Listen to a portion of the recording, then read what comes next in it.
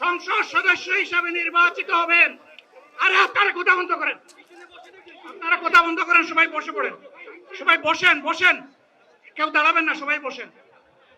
যদি আল্লাহর ইচ্ছায়, জনগণের ভালোবাসায় বাংলাদেশ জামাতে ইসলামী থেকে সংসদ সদস্যরা নির্বাচিত হয়ে সরকার গঠন করেন, তাহলে কোন এমপি, কোন মন্ত্রী আগামীতে সরকার কিন্তু প্লট গ্রহণ করবে না।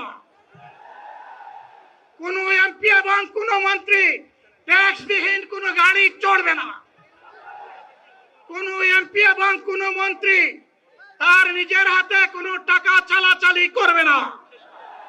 কোন এমপি এবং কোন মন্ত্রী যদি তার নির্দিষ্ট কোনো কাজের জন্য বরাদ্দ পেয়ে থাকেন, কাজ শেষ হওয়ার সাথে সাথে বাংলাদেশের 18 কোটি মানুষের কাছে তারা তার প্রতিবেদন তুলে ধরতে বাধ্য হবে। সম্মানিত বন্ধুগণ, চাঁদা আমরা নিব না, দুর্নীতি আমরা করব না, চাঁদা আমরা নিতে দেব না, দুর্নীতি আমরা সহ্য করব না। এই বাংলাদেশটাই আমরা দেখতে চাই। যুবকদেরকে আমরা স্পষ্ট, আমি যুবকদের ভাই, আমি বয়স্কদের সহযোদ্ধা, আমার বোনদের আমি ভাই।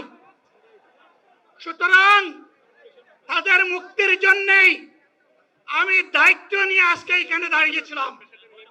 আল্লাহর ইচ্ছা শরীর আমাকে সাময়িকভাবে সহযোগিতা করে নাই, এটাও আল্লাহর ইচ্ছা যে এখন আল্লাহ আমাকে কথা বলার সুযোগ দিচ্ছেন। আমি বলতে চাই, বাংলাদেশের নির্দিষ্ট কোন শ্রেণীর মুক্তির জন্য আমাদের এই লড়াই নয়। রাস্তার একজন পরিচ্ছন্নতা কর্মী, চা বাগানের একজন শ্রমিক,